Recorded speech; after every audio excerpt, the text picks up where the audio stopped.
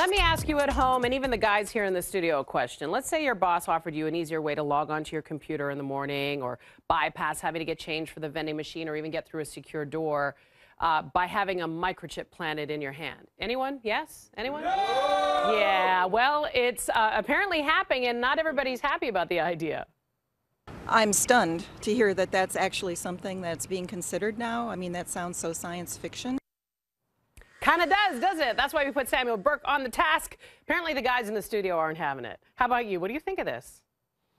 Well, it's experimental, so we can't be sure of what's going to happen. But you know me, I'm an experimental type of guy. So I would go along with it just when it comes to work, nothing else, hey? But basically, what this company is doing, they're trying this out. And I've got to tell you, this is Rfid technology. That probably doesn't mean a lot to anybody at home. It's the same technology we have in our badges that we use to get into work. So there's a company in Wisconsin. They're giving employees the option, and about 50 out of the 80 employees have opted to do it. So they can, instead of using the badge or instead of using their phone to buy something at the vending machine or instead of using a credit card, they just have a little chip inserted into their hand right there between the thumb and your pointer finger. It's done by either a tattoo artist or someone who has a license to do piercings put in that way. And it's really just the same technology that we're using inside other devices, only you can't lose it, even though I've been known to lose my hand every once in a while. Now, important to note here, the FDA has granted permission for similar technology to be used before, but they have regulations over concerns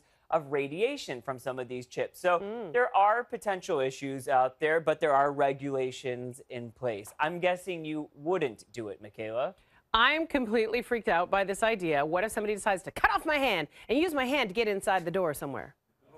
Okay, maybe I watched too many movies.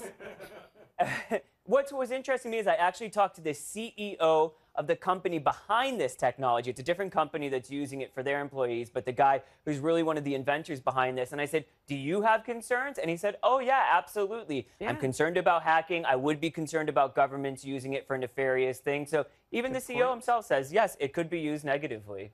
Experimental. It'll cut down on the people saying, hey, can I just borrow your badge? Because they have to drag you with it.